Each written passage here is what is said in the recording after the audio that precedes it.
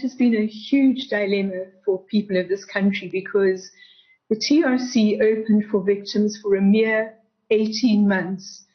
They hired students in each province, 8 in each province, and they had a very limited mandate of trying to take statements from victims of the atrocities that were identified by the TRC.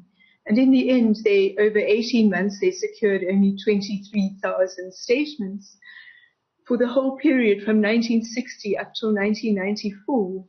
And the truth is that you had to have money in your pocket to take a taxi to wherever the TRC statement takers were going to come.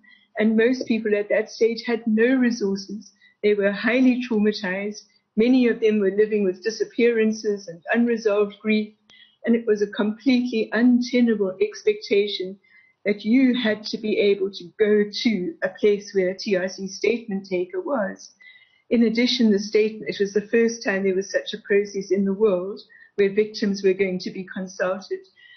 And so there were many things that went wrong. And in the end, when the TRC came to have to corroborate the statements they found, they secured, they only identified 16,800 victims of apartheid atrocities, wow, which is an absolute fallacy, because the degree of damage and harm that was done in this country is beyond the records, is beyond comprehension. And the only measure for healing is to start with helping to redress those harms and those wounds.